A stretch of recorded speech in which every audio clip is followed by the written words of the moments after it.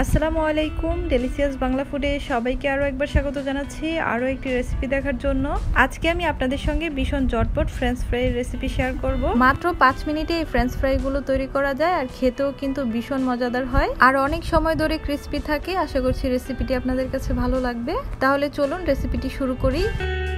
French fry তৈরি করার জন্য এখানে আমি 4টা আলু নিয়ে নিয়েছি। এবার এই আলুগুলোর খোসা ছাড়িয়ে নিব।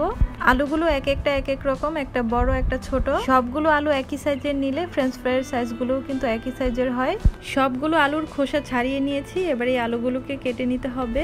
আমি একটা ছুরি দিয়ে ফ্রেঞ্চ ফ্রাইয়ের মতো করে আলুগুলোকে লম্বা লম্বা করে কেটে নিচ্ছি। তবে আপনারা চাইলে কিন্তু এই কাজটা বটি দিয়েও করতে পারেন। সবগুলো আলু কেটে নিয়েছি। এবার এই আলুগুলোকে একটা বাটিতে পানি নিয়ে পানির মধ্যে নিয়ে নিচ্ছি। এরপর কয়েকবার পানি পাল্টে পাল্টে আলুগুলোকে ধুয়ে নিব, যাতে করে আলুর কষটা চলে যায়। আলুগুলো ধুয়ে একটা ছাঁকনিতে পানি জড়াতে রেখে দিয়েছিলাম। আলুর পানিটা জড়ে গিয়েছে। এবার একটা ছড়ানো প্লেটে আলুগুলোকে নিয়ে নিচ্ছি।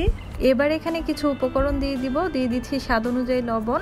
এরপর এখানে দিয়ে দিচ্ছি 1 চা চামচ পরিমাণ কালো গোলমরিচের গুঁড়া, 1/2 চা চামচ পরিমাণ দিয়ে দিচ্ছি লাল মরিচের গুঁড়া। এরপর এখানে দিয়ে দিচ্ছি 1/2 চা চামচ পরিমাণ চাট মশলা। এবার এখানে দিয়ে দিচ্ছি 2 টেবিল চামচ পরিমাণ কর্নফ্লাওয়ার। কর্নফ্লাওয়ারটা দেওয়ার কারণে ফ্রেঞ্চ ফ্রাইগুলো অনেক বেশি ক্রিস্পি হবে। এবার এখানে একটা ডিম ভেঙে দিয়ে দিচ্ছি। এইভাবে ফ্রেঞ্চ ফ্রাই তৈরি করলে খেতে অনেক বেশি মজার হয়। এখন আলুর সঙ্গে সব মশলা এবং ডিমটা খুব ভালো করে মেখে নিতে হবে। আমার আজকের রেসিপি যদি আপনাদের কাছে ভালো লেগে থাকে তাহলে অবশ্যই একটি লাইক করে চ্যানেলটি সাবস্ক্রাইব করে চ্যানেলের সাথেই থাকবেন। আর যদি ফেসবুক থেকে দেখে থাকেন তাহলে অবশ্যই পেজটি ফলো করে রাখবেন। সবকিছু মেখে নেওয়া হয়ে গিয়েছে। এবার এগুলো ভেজে নিব। ফ্রেঞ্চ ফ্রাইগুলো ভাজার জন্য আগে থেকেই চুলায় তেল গরম হতে দিয়েছিলাম। এবার ফ্রেঞ্চ ফ্রাইগুলো একে একে দিয়ে দিচ্ছি। আর ফ্রেঞ্চ ফ্রাইগুলোকে কিন্তু অবশ্যই ডুবো তেলে ভাজতে হবে।